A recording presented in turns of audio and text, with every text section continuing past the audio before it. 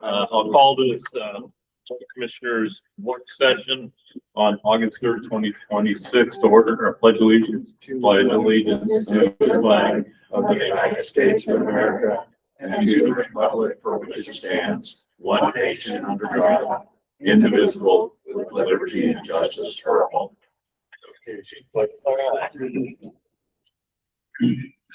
Thank you, everybody.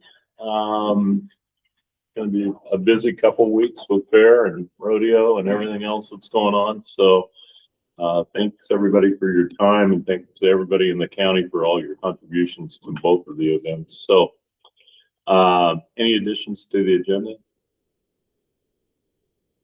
Nope. All right, well, let's start off then. The Umatilla County housing presentation. Commissioner Timmons, do you want to make an introduction? I do. I want to introduce everybody to Gio Wolf. And Gio and I met, we both sit on the Senior Services Commission for the governor. And imagine my surprise when I figured out that he lived here in Umatilla County. And he came in and we had a great visit. Gio is a gerontologist and is working on a place. We have a couple of things we're working on, but this is a place for aging. So I'm just going to turn it over to Gio so he can talk to you about the concept. And I also wanted to let you know that he has some great partnerships in line. One is Capco, the other one is Age Plus. Also looking at some funding from Oregon Housing, and I'll let you take it from there. Yeah. All right, thank you. So yeah, good morning, everyone. Great to meet you. Gio, just a heads up, a little technicality here. We need your name and address, please. Okay, Gio Wolf. Perfect. And I live in Meacham. Okay. Yeah, so thank you. So today we're going to take a look at a very practical housing option, which is cottages designed for family needs, arranged around common house that can bring together communities, services, and support. So the problem for most of us revolves around fit. A larger home can be exactly the right size when allows it for families, work, visitors, routines of a particular stage in life. But as our life changes, demands of the property remain the same. Still has to be heated, cleaned, and ensured and maintained.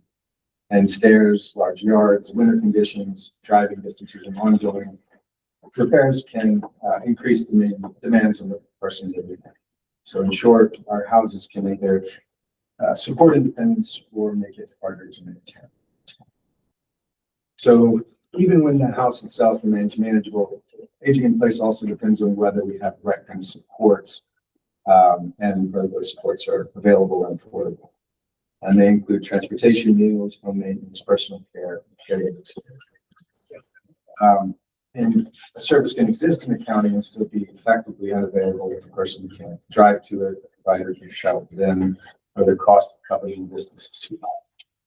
And distance, we all know, is a very real issue in Eastern Oregon. Umatilla County has more than 80,000 residents spread across 3,231 miles, making transportation and service delivery much. But aging in place isn't only about maintaining the same house. It's also preserving the parts of life that matter most. So in looking across research on aging in place, a few things stand out consistently. We want to have control over ordinary decisions, what we eat, who visits, how to spend the day, when to wake up, and go to bed. Home also carries memory, identity through possessions, routines, gardens, and years of familiar habits and experience. And regardless of our address, we want to remain connected to our neighbors, family, services, support shops, and the community life we are in. So the challenge, as I see it, is to bring practical support closer without impacting privacy, conflict, or replacing choice with supervision. Right now, for some of us, preserving independence may eventually mean that we have to move out of our home into something that fits better. But once that decision is made, available choices often solve one problem while creating another. So a smaller house or apartment can reduce upkeep, but it doesn't necessarily provide accessibility, connection, or support. And residential care is essential for people who need that level of assistance, but it shouldn't be the only alternative to struggling at home. And what seems to be missing is an ordinary private home that remains manageable while making community and optional support easier to reach. So this idea has four parts essentially. Complete one-story cottages built around Oregon's cottage cluster zoning, where each cottage is a private self-contained home. The homes face a shared pedestrian ring that supports walking, outdoor activity, social comfort, or social contact rather, and common house provides shared space for community-wide services that cottages. And finally, services and supports can be brought closer to residents while the community creates voluntary opportunities to contribute, help others, and maintain meaningful roles. So the form is fairly simple, but what matters is why each part is designed. So most housing is designed around the person who moves in from day one. This model begins with the expectations that our bodies, our health, and our support needs to continue over time. And that means universal design, no stacked entrances and one level living. That would be built in from the beginning, and added after someone's going to struggle. So in essence, everything would be planned so the home can adapt to the need as needs change to the person.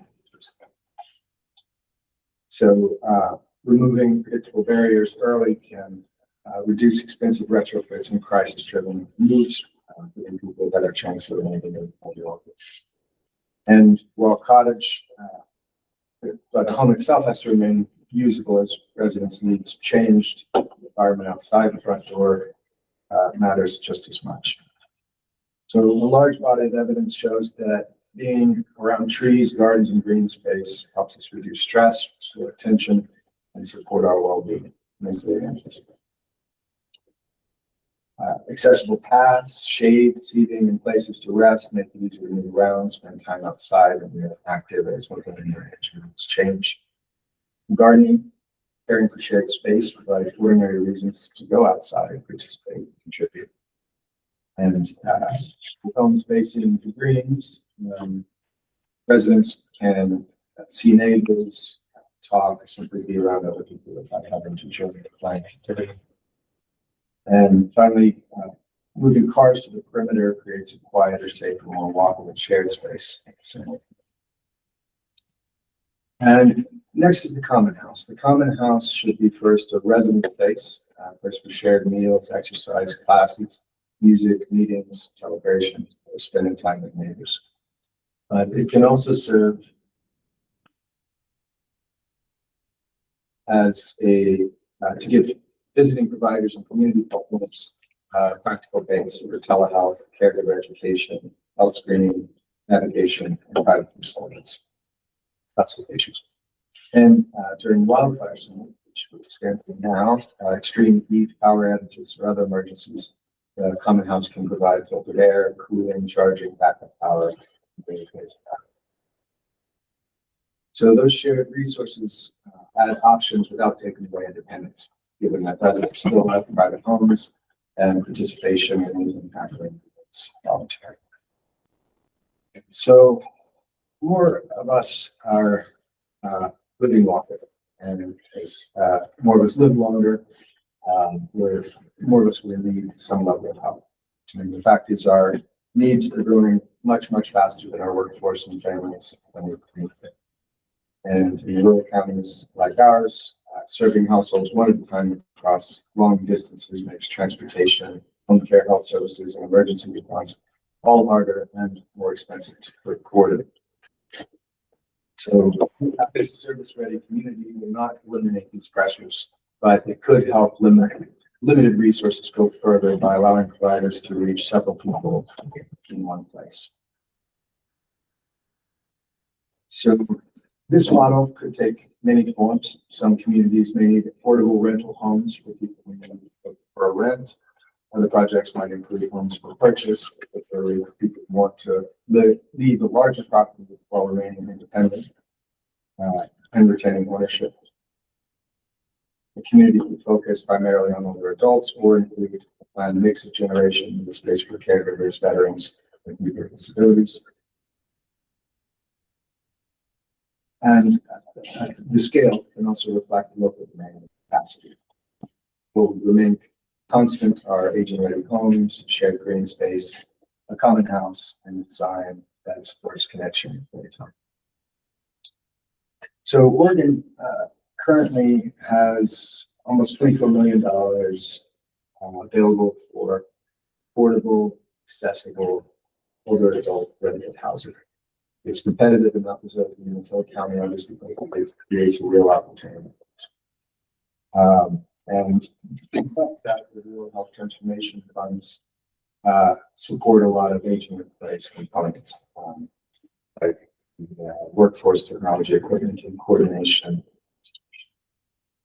And that said, the project still needs sustainable operating plan for maintenance management, programming, and partnerships, and long-term coordination. So to move this forward, we would first need to identify one or more sites so the model can be evaluated against real conditions. Second, there need to be some kind of feasibility effort, examining the demand, scale, long-term operations. Third, we'll need to convene housing, planning, development, health, finance expertise. Fourth, it would be important to involve older adults and family caregivers in the process so that design reflects local realities. And finally, we would need to decide what form the project should take and which partners would need for the construction financing. But beyond that, ultimately, what I hope you take away today is just that housing shapes aging. The right fit can extend the dependence, the wrong fit can actually restrict. So accessible homes, nearby nature, shared community space, and support brought closer are all well supported by research and already used in different forms. This model brings them together into one approach. So when people can't find the housing that fits their needs, older adults, families, and local service providers are ultimately left filling the gap. So, and these pressures are only going to intensify over the next couple of decades. Population aging, workforce shortages, and pressures on families and public systems will make these problems harder to deal with. So I hope Umatilla County will take the next step, bring together the right people to determine why this idea might work here. So thank you very much for your time and the work after the county. Thanks, Gio. You up for some questions from the commissioners? So I'll start. The $24 million under House Bill 3589, is that for one pilot project or is that statewide? It's statewide. That's not a lot of money. It's not a lot. No, and it would have to be matched by to start. Okay. The thing is more just that if we're going to build housing, my concern as a dermatologist, as an advocate, is how we're going to build. So the orientation of the homes is mainly what this design is about.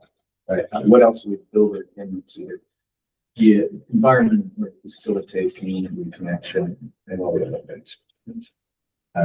Yeah, and mainly that's is rising costs and then but also isolation elements. So are you looking like 10 homes and then one community space? Is that kind of the model or what, how many homes? So right now there's a zoning R1, R2, R3 that all allow different realities up to 10 to 8, up to 12, to 20. So it would be dependent on the site and community primarily, but ideally the 20 to 24 range population wise, that works out to around 30 to 50 people. That's the ideal, that's the kind of Goldilocks zone for community goals. It for larger towns, Hermiston, Pendleton, could probably go closer to 20. Some of the smaller towns, Pilot Rock, benefit from smaller plus 6. Is this what you're looking for across the street at Capco? Mhm. Yeah, the Tumulum Village, that's one site. And that's not the only site, but that is one site. And one of the reasons that I asked Gio to come in today was because Senator Nash is having his housing tour coming up at the end of the month or in the middle of the month. And Gio is going to be presenting at the housing tour. And this is what he's going to be presenting. And he's also partnering, like I said, with Capco. Capco is going to bring in part of the presentation also. They're going to do some, she said she was going to come in at it from a background perspective. And I think what she's going to do is talk about the Tumulum site and the background on that During the tour? during the tour, yeah. My question, Gio, is, I know you listed the number of people 65 years old and older. How, I guess, how long a residence is the average person? I mean, if I go in there and, I mean, is it a 20-year residency, a 10-year residency? That's a very good question. I mean, it depends on the community makeup. There's a lot of ration to preserve around 20% for younger people, veterans, caregivers, but which would stay much longer. But it really depends. The idea is to provide an option for somebody who needs to leave a larger home. So typically it's after kids have moved out, the number one reason why people move is they lost their spouse. So they end up alone at home.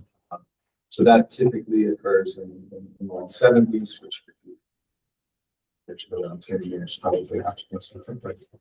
With that said, the target group would be people that could financially support themselves in these facilities and Initially, it would be accessible, affordable housing. what's that mean? Working through Cape Cod, there's all of the ratios. I'm not familiar with it, but the API. There's needs to have a certain percentage of the units reserved for people who may go a certain residential units. But the idea is though that whether or not these houses are built and sold as full homes, whether or not they're rented, whether or not they're accessory units, that's kind of one of the design criteria. I think with Cape Cod, their interest in H plus is in the accessible. One of the things I think that they are going to try to stay away from, Dan, is HUD. Just because a perfect example is we have houses out in Pilot Rock that are HUD homes, HUD funding. And we have seniors that can't afford to get into them. And so that's one thing we're going to try to stay away from on this. I guess I'm confused a little bit. So is the target folks, people that can afford to stay, that are just looking for a smaller location? Or are we talking about disadvantaged older folks that don't have the finances, or medically challenged, or I guess what's think the medically. goal? Go ahead, Gia. Right. I mean, generally, this is an age supportive campus. So if right now we look at what's out there, right? You can age in place in your residence, right? Or you can move into some supportive care. The cost is triggered by regulations, right? So as soon as you move into, let's say, assisted living, right? The state has a very thick book of things you have to comply with, which all drive costs up to around $4,000, $6,000. So if a residential community could perform a lot of the same supportive functions without triggering regulation, then you have an environment where someone can age in their community at a reasonably low cost, right? So two things are, one is keeping the prices low. So looking at being self-supportive in these, because if you're looking for Medicaid or Medicare or any of those assistance, then you get right back into all those regulations. Right. So I guess my question is, the tenants or the owners will be self-supportive.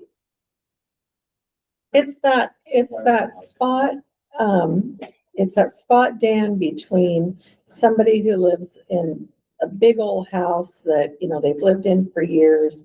And, you know, they now know that they can't stay there anymore. They can't do the stairs. It's too much upkeep, whatever, but they're not ready to move into assisted living or, you know, someplace where it's easier. They want to keep their independence. They want to be able to live in their home. So universal design house. So things like bathtubs and you know, wider hallways and that type of thing. And then as they need help along the way, then help is available there. But they're not And it's- looking for support to stay there. No, It would be basically a residential neighborhood with a few kind of minor alterations. And they are based on a lot of science. There's senior co-housing. This is one model that is extraordinarily effective, but it requires a lot of things that you can't just generate. So Right. And the reason I'm asking those questions is that's a whole different funding model than if it's a government supported facility. Right. I mean, the model itself, I would like to see more of it. Which I think we're starting with a supportive model for the self-support. Right. Okay. No, not a model for people on lower income and who need economic security. So So it is based on financial need. I think the project that Age Plus and Cape Co are interested in, that's a yes. But yeah, I mean, for the purposes of trying to find a plot of land and move forward, that would be trying to find housing. I mean, but like I said,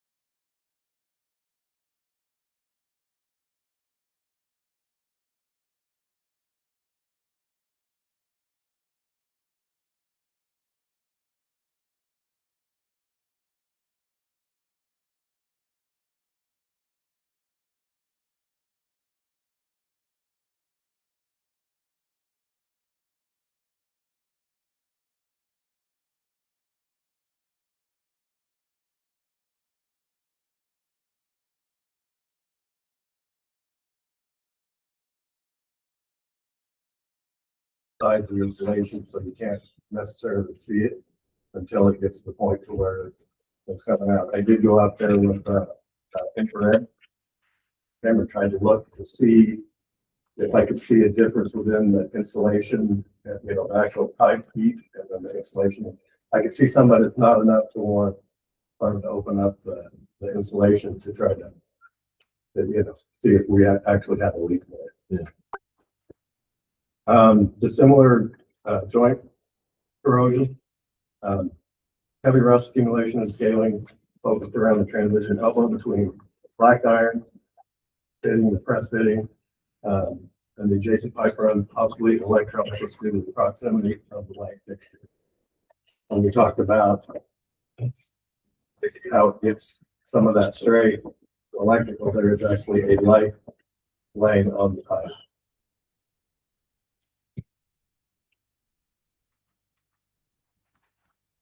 Let's see. So joint scale notes says visual observation thick. This rustaceous rust not forming directly on the fitting indicates active ongoing metal degradation. So a combination of galvanic and straight current degradation driven by metal incompatibility and straight ground current. So that's kind of your root cause. That's one of the things that obviously having insulated pipes is going to help that tremendously. So testing and remediation. So I've kind of gone through and done a few things to try to figure out where we're actually at as far as the and how we can resolve some of this. So the field diagnosis workflow is just testing for the stray DC voltage probes, conduit isolation, making sure that we don't have direct contact with electrical conduit, lights on the pipe, things of that nature, and then staying up on our water chemistry test. Like I said, we've been doing the chem tech since 2021, 2020, I think. And so I've got some information on it too, as far as where we started, where we're at, and how that kind of affects where we're going. The critical stray DC threshold is 0.03 volt DC, and that was kind of that same comment that we had earlier. And this gives kind of a little interpreting of what's acceptable and what's not.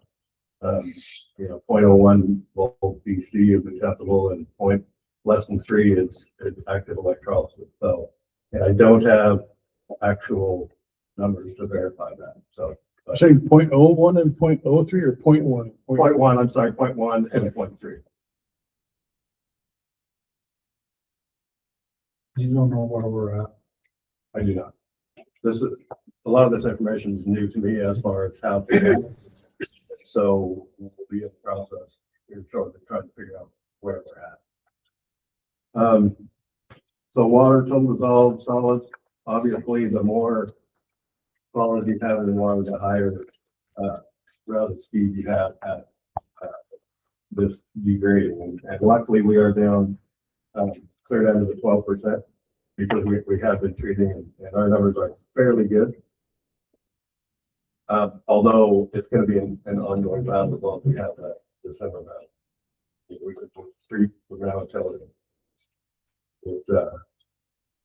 we can either change it out or make some sort of headway on changing out that December. So remediation action plan, conduit, physical separation, isolate DMT conduit from pipe hangers and various ground bonding. Dielectric isolation, install dielectric unions or brass nipples at dissimilar metal joints or replace with similar metal type. Pipe insulation and vapor barriers, encasing bare and steel pipe runs, eliminating sweating and surface rust. And then water chemistry control, flushing the towers and keeping them at a 9% or 9.5% rating of solids. You can't see the numbers very well on this, but we currently, this, that shown is last month. And we are at, so for the metal to copper part per million, 0.3 is max and we are 0.04 parts per million. So we're great in that aspect. That was in the raw water cooling tower is 0.11 as opposed to a 0.03 max.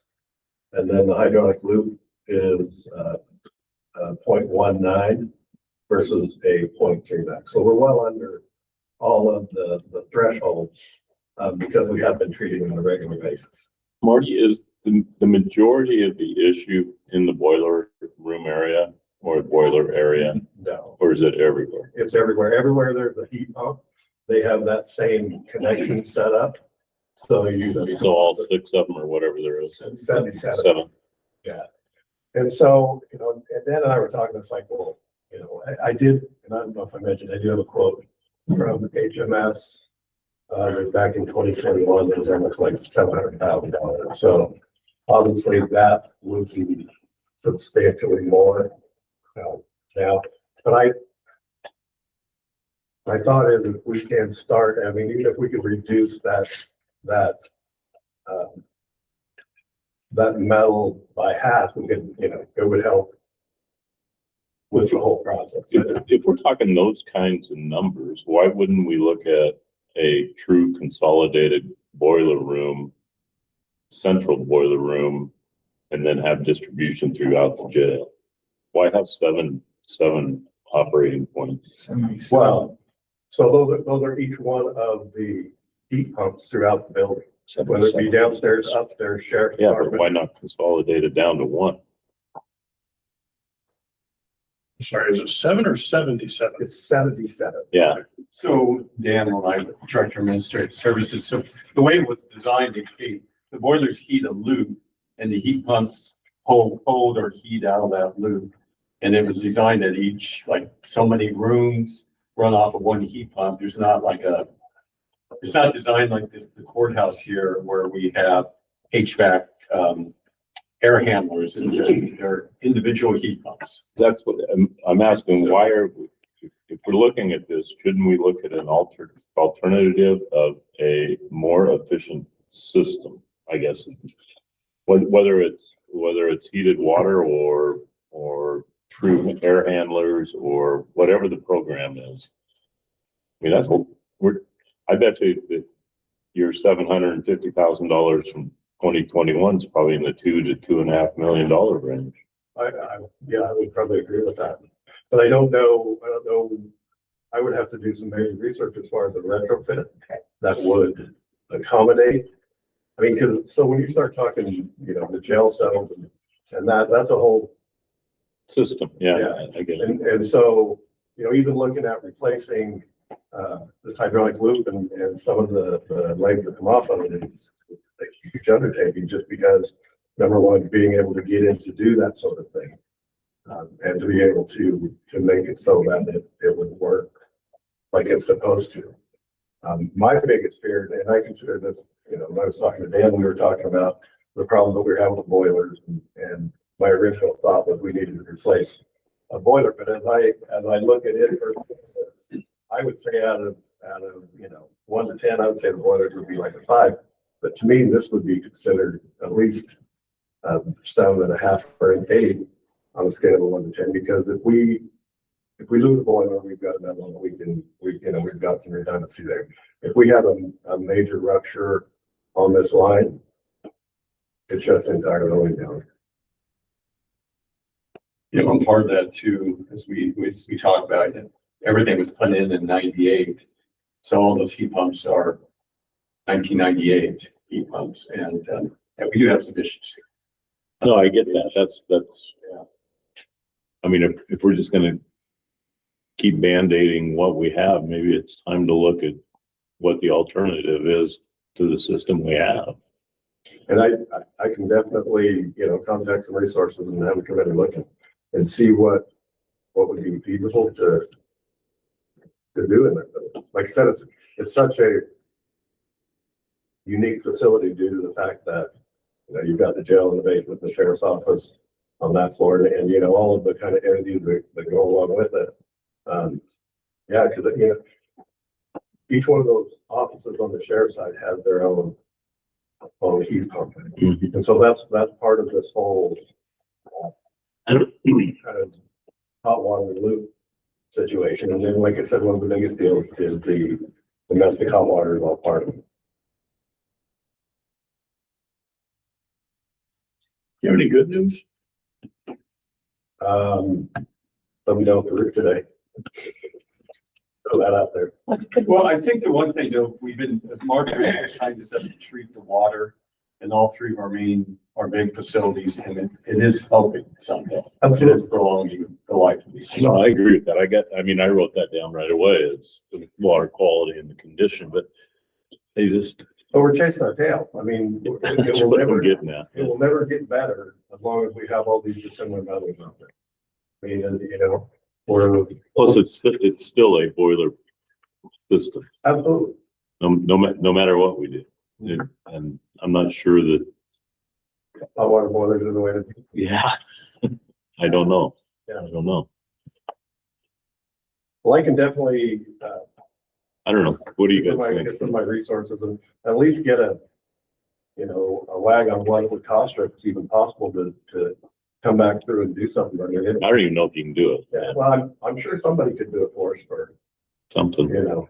Well, I'm kind of like Dan, I'd like to see the options, and I mean, if it's gonna be, you know, just a little bit more, probably won't be a little bit, but if it was a little bit more to get a whole new system, at least now we're not looking at a 30-year-old system.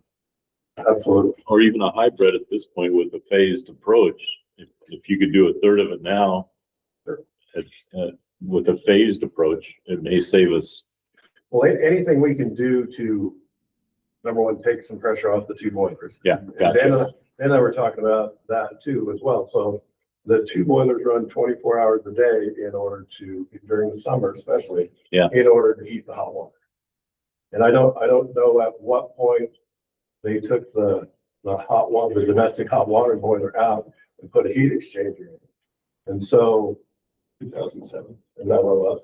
And so I'm like, you know, we're running these two boilers that are 20 years old hard every day in order to heat this water, where to me, it might be a better idea to come up with a smaller boiler just to heat the water, and we can shut the heat down during the summer, or during the, you know, and make it last.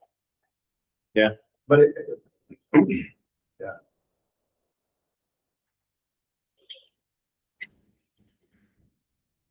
There aren't a whole lot of good choices in any of that, they're really hard, and, you know, we've kind of, or any that we can afford. kicked the can down the road, you know, on this, and so it's, fortunately, it's not at the point now to where, you know, I'm concerned that it's gonna fail. Originally, when I looked at some of the stuff, I was concerned. There was a couple pipes that it was leaking, you could almost put your finger through it. And they just need to be replaced but the main trunk lines, the 6-inch lines, appear to be in fairly good shape, other than little surface rust. I don't know what the inside looks like. I don't know what the wall thickness is on some of that. That's something that I'm gonna have to try to figure out a way to do it. And there's some obvious things, and the grounding obviously needs to be taken care of no matter what happens. Yes, And yes. because that's a liability. But the overall, man, we're gonna have to raise the rent on those rooms out there. That would be nice, yes. Before we don't get any rain. Yeah, That's my biggest fear. Like I said, if we have a major rupture out there and we lose that loop, we get deep water in it. Yeah, I think before when we had to take something down. I can't remember what the deal was. And it does take a while for that loop to cool down. So we're able to heat the building for a while, like a week or longer. But once it goes down, the domestic hot water goes down. And that's the part we run into. It's heating the domestic hot showers, which civil, trouble, civil rights and stuff like that. So, Any questions? questions, anybody? What's the estimated length of mainline pipe, if there's perfect within the region allowable of the electrical, whether it be from actual electrical bleed over or the dissimilar, like if you have perfect metal throughout and the correct amount of electricity in the water, how long will that mainline last? I just wonder what we're gaining by cleaning it. Like, is it 30 years? Is that how long metal lines last? Honestly, I don't have that knowledge. I can imagine depending on where you started. So if you have brand new pipe put in and you're not treating your water, or depending on the quality of your water, depending on whether it's heated or well, I mean, there's a lot of variables there. I would think at least 25 years. We're there though, already. Absolutely. And that's a completely water-based system. There's no glycol involved in that at all. There is glycol and different chemicals that have been put in it to keep, because glycol helps with not just the freezing, but some of the other parts of it. Absolutely. Conductivity and things like that. Yeah. But as we add to it, water's out of the tap. And then we add chemicals too, though, so it's not like it's distilled. It's a closed system, so, theoretically, once you have it set and whatever your chemistry is, it should stay that way unless you have obviously leaks and things of that nature that are gonna cause. Or electrolysis. Yeah, and as well as fresh water coming in, and so then, it kind of messes up your whole chemistry on your water and your pipe and. The clock's been ticking on this for what, 28 years? How much longer does it have to keep going? When do we need to do something? Yesterday. I mean, at least something. We are doing something. Like I said, we are working on the chemistry of the water. We do that. Guy shows up. We have him come in every month. He tests it. We adjust it to make sure that whatever we need to do. And he's very, very knowledgeable on what to do if you have, let's say, your iron starts to creep up, that he knows, put more nitrogen in it. I mean, he's very knowledgeable in that, so we can kind of keep it at bay. But What's you guys' suggestion?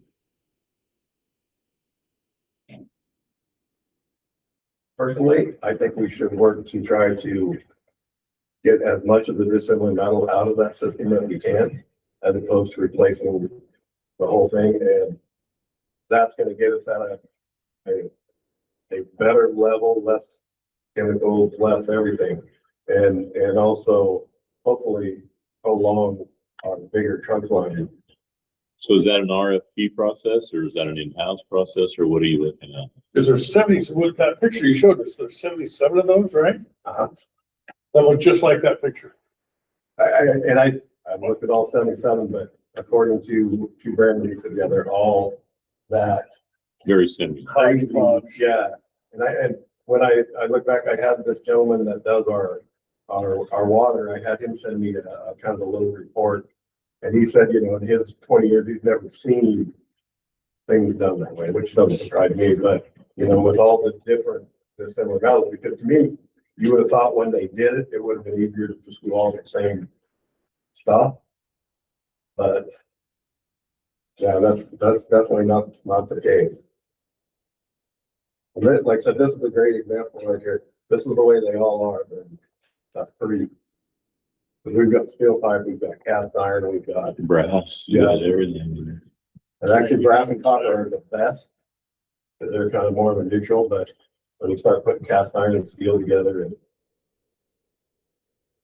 See, much better that way. so I got better valves on my irrigation. So that's a suggestion, is let's see what we can do with changing out pipes and at least make a similar system. yeah, I mean, anything we can do to take that galvanic corrosiveness out is going to help prolong the. Plus confirm the grounding. Absolutely. Yeah, the stray electrolysis part is definitely something that we need to follow up on. And some of it's pretty simple, like doing the light off the pipe, but some of Sure. it's not gonna be that. Anywhere where the conduit is parallel with the pipe, will, that'll be the challenge. But if it's insulated, that takes some of that out. It's the uninsulated run parallel with it. For what we do, what we perform, how often is the jail inspected by OSHA? I don't know OSHA. I know we just had our boiler inspection, from it's our insurance. I don't think we ever have OSHA inspections, but they do a federal jail themselves to maintain their status. That's a status. This would just be. That's not boiler. mechanical, yeah. We have to comply with boiler inspection. Yeah, and that's basically, we do not have an annual mechanical inspection per se. Okay. Robert? I think one thing though, real quick, because we have been talking about having an agreement with maybe Apollo or something to do a yearly maintenance and inspection. But so basically boilers and major equipment, HVAC equipment, having somebody that's certified come in and do the routine maintenance, whether it be, changing out this part, that part. We obviously do all the filters and all that sort of stuff on the regular. But just like on our boiler inspection that we just had, one of the things was we actually got an efficiency for it, was the emergency stop. So it was 10:45 in the morning when we were doing this, and the guy said, "You need to hit that emergency stop," and that shuts off both boilers. I'm like, "Oh, wait a minute." We're like just in a bad spot if we can't get those. I mean, literally, we've been struggling keeping them both running. We've been doing real good. I don't feel comfortable doing that. So obviously we got written up for it, but she was like, "Okay, so when you have your boiler tech, whoever that is, if they'll do that and then just document it so that I can see it, then that's fine." But it's like, some of that stuff I don't believe has been completed as it should. And so that's something, I mean, the overpressure pop-off valve, that was another one that she wanted us to do. And I'm like, I honestly don't feel comfortable with that, because if they don't reseat, then we have to shut everything down again. So, there were some critical steps that I chose to rather take a hit on, because I didn't want to do it, because I didn't think they had been being serviced like they should have been. And so I didn't want to open up one of those pop-off valves and not have a receipt. So then we've got water just running out. Yeah, no, I get it. That's probably the wise decision. And so, but then on the other hand, that's stuff that needs to be done on a monthly basis. Yeah. And so, Robert? This is ignorance question, I guess, but is there any option of replacing that with plastic? I mean, there are lots of different types of plastic pipe, and I assume electrolysis is probably not a big issue with plastic. absolutely. So there is some talk out there when Mark was here about doing some sort of a X type, and they actually did some training on joining it, so it didn't have the different types of metal, brass or whatever. And so everybody says, "Oh yeah, well, we have some training on it." And I guess it was when they were across the street. And then nothing ever. I was just curious if that was an option. I mean, if you replace all of those junctions with Absolutely. non-dissimilar metals. It would help tremendously. I don't know how functional that is with those. And because that's hot water, so you're one, let's see, the heating loop is 168 to 186, and the hot water is 105, I think, the domestic. Yeah, so you definitely have to have pretty high spec plastic. I mean, that's for sure. And see, that's part of it too, is we're not certified to really work on that stuff. I wouldn't expect you to. No, absolutely not. Yeah, boiler stuff is definitely something that, I mean, it's not a steam boiler, so it's not a high pressure vessel, but it is in the fact that we have piping that is starting to degrade, and we have 186-degree water going through it. And if we were to have a rupture,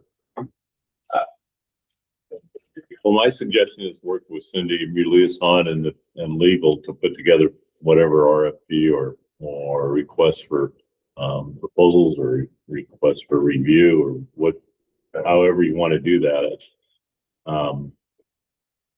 And bring it back to the board for next step. I'll get some Thank more. you for that. Yeah. Absolutely. I'll focus on getting some more information about the current condition of it. I mean, like I said, we went through and tried to do what we could without making it work. Okay. So. Perfect. Thank you, guys. Jason, did you have a question? Yeah. Oh, sorry. Dan, the original question, if we were building this building today, is this what would be recommended to keep this building or? I believe so. Okay, I didn't know. And you're saying boilers and dissimilar metals and mainline trusting. And you just wouldn't do it that way. I mean, hot water boilers are the way to go. I mean, that and a chiller for your overall AHU type system. But they have to be done right. And maintain, yeah. But thanks, you guys. Yes. So let's move to the business items for this Wednesday. So we've got a couple of these that have been moved to either other agendas or kicked back. The first one on there is the property reconveyance. I'll let Doug chat about that one. This property was foreclosed on for doing property taxes. The property owners are requesting to purchase it back. They own the house next door, and this is like a half lot that was like their yard. And they apparently was sent to two different addresses. Not really sure what happened.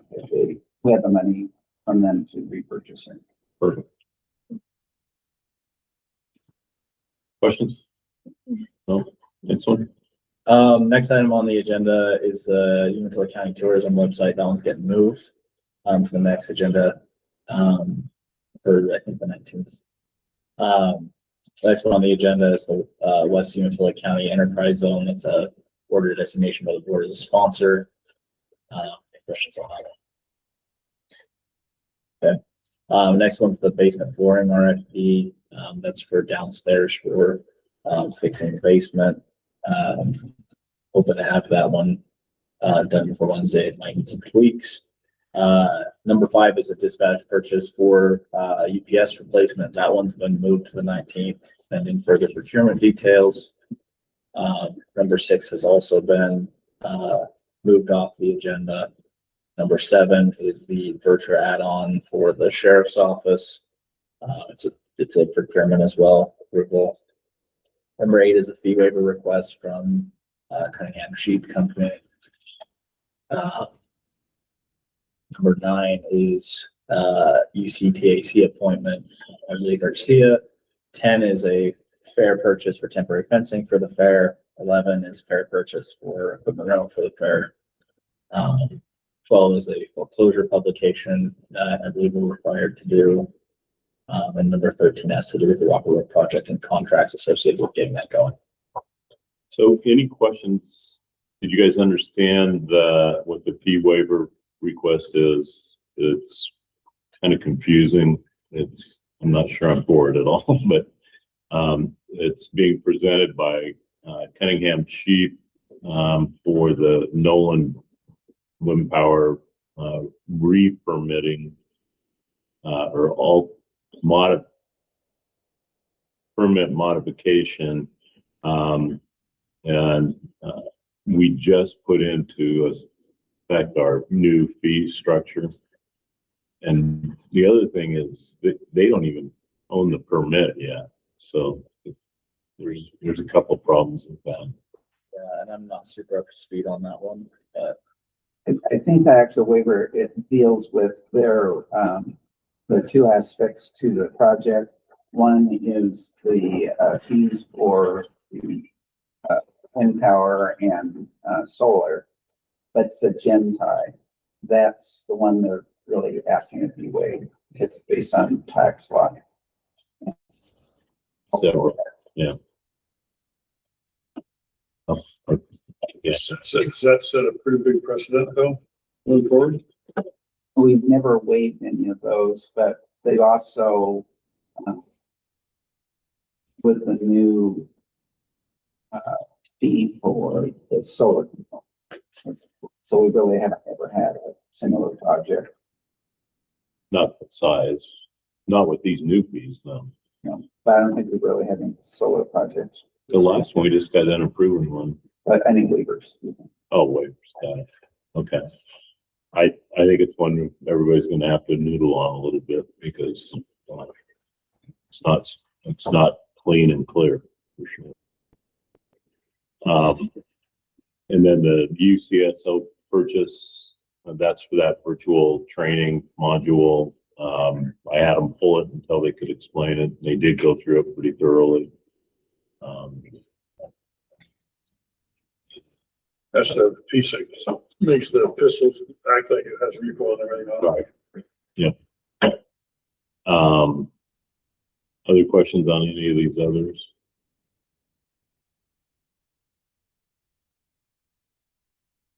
The western, is it western Umatilla County or west Umatilla? I think it's west. I think I need to amend it here on the agenda.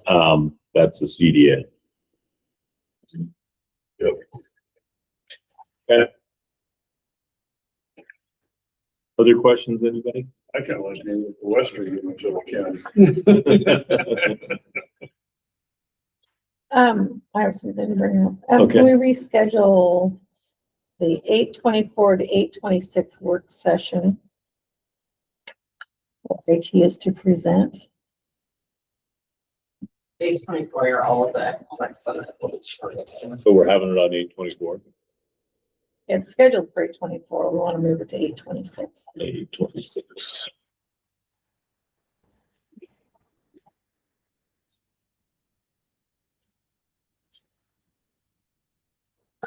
Still can live the Hagen fire on the 26th. That sucker's gonna burn until snow flies. Most of it will. And what time? Because I do, Well, I think your calendar's the busiest. yeah, I can't do it at 10:30. We can do it in the afternoon of the 26th. At least on the, Be after 3 o'clock. I was gonna say you have Walker Road on there. Well, there's two things for Walker Road. So if we do the 26th, it would have to be like 3-ish. It'd be up to me, probably say 3:30 probably. Otherwise, that's what they do. 3:30 work for you? Yeah. Okay. Early.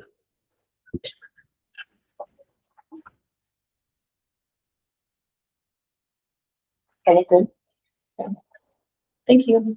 Uh-huh. Do we want to move the whole work session from Monday to Wednesday then? Or do you want to have 2 work sessions? Well, we're gonna be at the Economic Summit in Ontario. Oh, I probably won't be. Yeah, let's not have one on the 24th. So we'll reschedule the 24th to the 26th that week. Okay. At 3:30.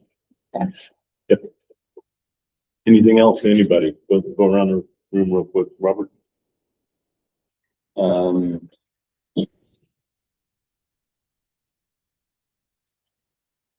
I think it's really important for me to express that, financially things are now and going to be much tight and going to get much tighter. And I think it's really important that, as commissioners, you're aware of that situation and then you start thinking of possible solutions. So what do you mean by that?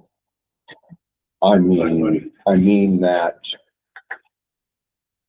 from what little I've done in projecting, there will be a need to reduce staff in the next few years. I'm not sure how much, but we simply won't be able to sustain what we have currently.